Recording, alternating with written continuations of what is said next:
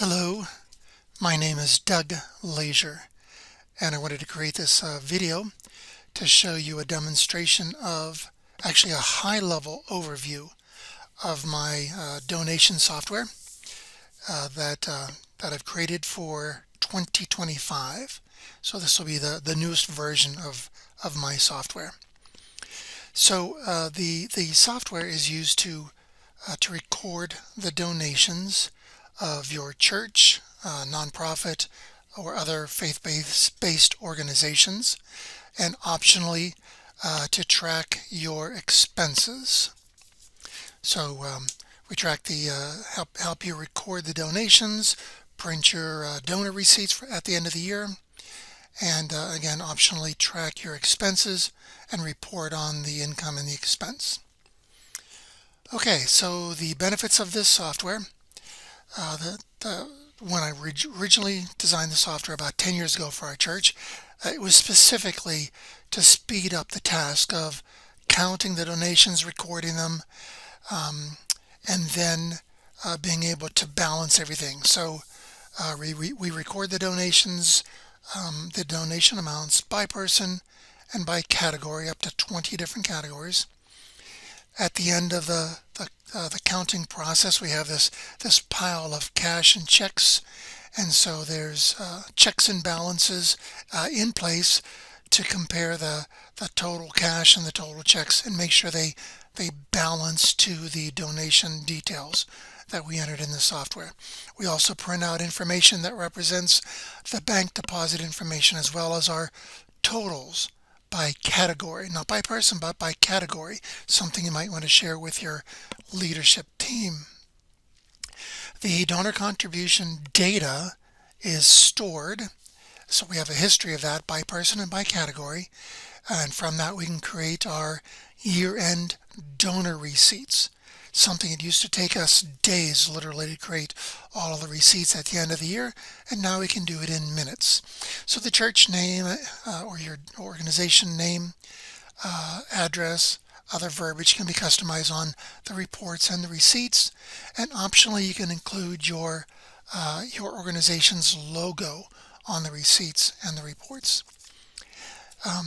Knowing that churches and other organizations work differently, they're not all the same, so you can customize it or adjust how it works for your organization. I've given you nearly 100 different parameters. These are the options you use to adjust it. You can keep your church or organization leadership informed of how things are progressing throughout the year through the monthly report. So it shows the totals by month for each of the different categories. Good way to see how things are progressing year to date as you move through the year. Also, you can track how things are progressing using the 5-year comparison. So over the past 5 years, how are things growing in our organization? Okay, a couple of the features. So the solution is using Microsoft Excel to deliver the functionality. So that means you can use the Microsoft Excel on a PC or a Mac. Why Excel? Well, it's estimated that 750 million people worldwide use Excel. So there's a lot of expertise out there in Excel. Also, we find that there's almost an unlimited number of support websites and videos that are available to help you understand and use Microsoft Excel. It also provides a very good way to store and maintain data without needing to have database knowledge. However, Excel expertise is not a requirement to use the software. I've given you a custom menu that you use to interact with the software. And when you choose the different menu items, behind the scenes it runs thousands of lines of VBA code to accomplish the different tasks and steps that it needs to. Most of the worksheet tabs in here have been fully locked so that you can't accidentally break the software by writing over top of or altering my my cell formulas. So there's also a lot of flexibility built into it. I mentioned the parameters that you can use to adjust the software. You can also do your reporting or your receipts on either a calendar or a fiscal year basis. So a lot of the nonprofits might run their financial reporting on a fiscal year basis. Let's say October through September. However, in the U.S., they would still want to create their donor receipts on a calendar basis because that's what the IRS needs. There are some countries, I believe New Zealand is one, where the entire country runs on a fiscal year. So in that case, you would do both receipts and reports on a fiscal year. For use in other countries, you can adjust the language. It does ship with the Spanish translation already in it. So if you're in the US or Mexico, Dominican Republic, you can just select the Spanish language and use it that way. So it's your choice, English, Spanish, or actually both English and Spanish if you want to. You can also adjust the currency for your particular country if you're not in the US. I do have translations already available for Portuguese, Burmese, Japanese, French, Simplified, Chinese, Korean, or Hindi. Those are already available, and I'll be happy to send those to you if you need them. If you need something in addition to that, creating the translations are amazingly simple, so we can create additional ones as needed. I mentioned that I made this software for our church about 10 years ago, started shipping it or giving it to other churches because it just works so well for us, continue to enhance it over the years, and since the beginning, so far I've given it to more than 1,500 churches now, and it's been given to more than 30 different countries. Okay, so if you like what you're seeing in this high level overview, then you'll want to dig in further. I'm going to put a link in the video description, a link to a demo that I'm going to create that will go into detail on the donation part of it. Okay, so you'll be able to look at that specifically. I'll also create a link then to the portion of the software on tracking the expenses, seeing the balances of your bank or credit card accounts, as well as reporting on the expenses. What's really an income versus expense report.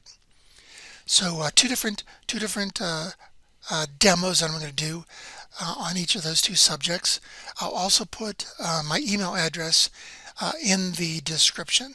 So if you like what you're seeing and you want a copy, send me an email message and request a copy of my donation software. If you don't mind, please tell me the name of your church and where you're located. I just like to keep track of that. Okay, let's continue on. I'm going to take a look at the software. Again, a high level overview, but at least you can get an understanding of how it works. Okay, I mentioned I'll send you an email message with a copy of the software in it, as well as the user guide. The user guide is 140 pages of helpful information on how to use the software. Again, I have lots of other videos that help you to use the software. All of those are available to help you. Okay, so when I send it to you, the first thing you'll want to do is to enter your list of donors. All right, so go ahead and just create your list of donors. And if you're a church using the envelope system, you probably already have donor or envelope numbers that you assign to people. Maybe your church uses some kind of a membership numbering, so you can use that. If not, just make up numbers, 1 to 100, 1 to 500, whatever you need, and keep track. Later on, when it's time to do your receipts, those will be we'll be printing the receipts based on the donor number. So it is important that we assign the numbers. You can optionally put in the donor's address and email address.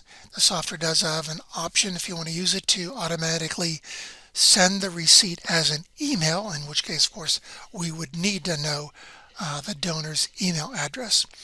And you can optionally say whether or not you want this particular person to get a receipt, yes or no, or you can say you want to send the receipt by email, or you can even create a PDF file if you want to do it that way.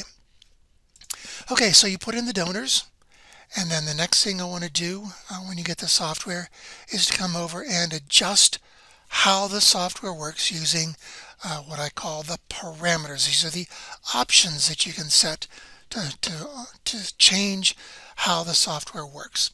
It could be pathetically simple things like when I print a report, do I want to print it in portrait mode or landscape, and how many copies do I want? Those are some of the kinds of optional things we have, some of the parameters we have that you can simply and easily adjust. Your church or your organization name and address. And you can see there are lots and lots. I said about 100 different parameters here. Some of the important things that you do, they're easy, but they are necessary, is to tell the software how many donation categories are you using and what do you want to name them. In this case, we're using 3. It would be the general, the missions, and the charity. Those are the 3 donation categories we will be using. Special offerings are always going to be an option in addition to these 3. And then optionally you can track in-kind, or what some people call non-cash donations. So really helpful for nonprofits or for churches that have like a soup kitchen or one of those kinds of things that they're running.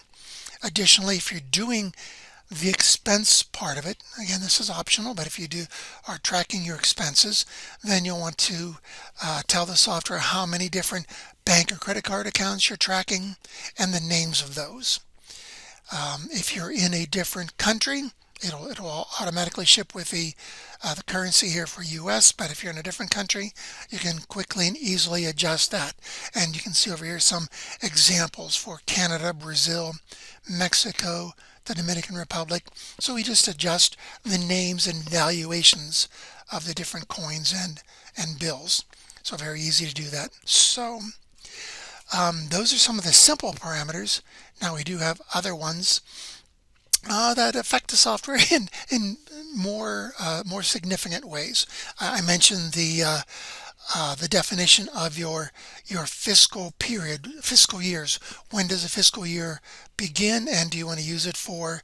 Do you want to use calendar or fiscal years on the receipts, on the reports, on the expenses? Your choice over those kinds of things. What else? Okay, here's another big one that would modify it in a very big way. If you want to track donations only, then you choose this parameter, and when you do, the expense tracking portion just stops working, it just goes away, and we hide the appropriate worksheet tabs related to that. They just get hidden. So that radically changes the way the functionality works. Additionally, if you are using it in a different language, then you would adjust the language parameter. And as soon as you do, then everything within the software is now going to be working and displaying information in the Spanish language as we've selected here. So that radically changes the way the software works. Okay, so those are the parameters. Once you've done your donors and your parameters, then you come up, and I told you that I have a custom menu. So within the standard Excel menus, I've added my menu, the donation software menu. And so interacting with the software, you're using menu items off of my menu. Okay, and so after you adjust all the parameters, you come up here and you run this menu item where it reads all of the changes you made to the parameters, and it goes through each of the different worksheet tabs, and it adjusts those worksheet tabs based on the changes that you did in these parameters. Sets everything up and prepares it for your use. Once you're done with that, you're ready to start your donations. Okay, so here's an example of doing a donation. You can see how simple it is to create this. So we give it the date of our donation. So in this case, it's a church that we're recording the donations for. So this is the third Sunday, I think it is, in May. And so we enter the donor numbers. As you enter the donor number, it'll look up from your list, your donor list, and display the name of the person, just as a confirmation that you have the right donor number that you entered. So you enter the donor number, and you enter the amount that they gave in cash or checks, or perhaps electronically like Venmo, Cash App, Zelle, any of those kinds of things, or could even be a credit card. And then once you have the amount that they gave, then the next question is, and what categories did they want that donation to go to, or to be split across different things. So in this case, Natalie gave $100 and she wanted $50 in general, 50 in missions. So we just record that information. I mentioned that we always have this idea of doing a special offering. So Diana, she gave a check for $50 that she wanted to go to general and missions, but then she realized that we are doing a special offering for the music group that came in from the local college and sang. So we just decided to take up an offering for them, and so she gave $10 in cash. Okay, so you just enter the amount of the special offering and the name of that special offering. Okay, so it's actually really simple and very fast to enter the donation information. Once we've done that, we're sitting here with a pile of cash and checks in front of us, and so we have this simple little technique where we go back and we count the number, the quantity of dimes, nickels, quarters, of $1 bills, $5 bills, $10 bills. We count the quantity and we enter that here. The Excel does the math, gives us a total, and compares the total to all of the cash that we receive. So this is what we count of the pile of cash in front of us, but we compare it to what we entered to make sure that two things are in balance. Okay, and if we miss something, then the software will highlight in red that we have a difference between what we entered in the details and what we've entered here in our cross check here at the bottom.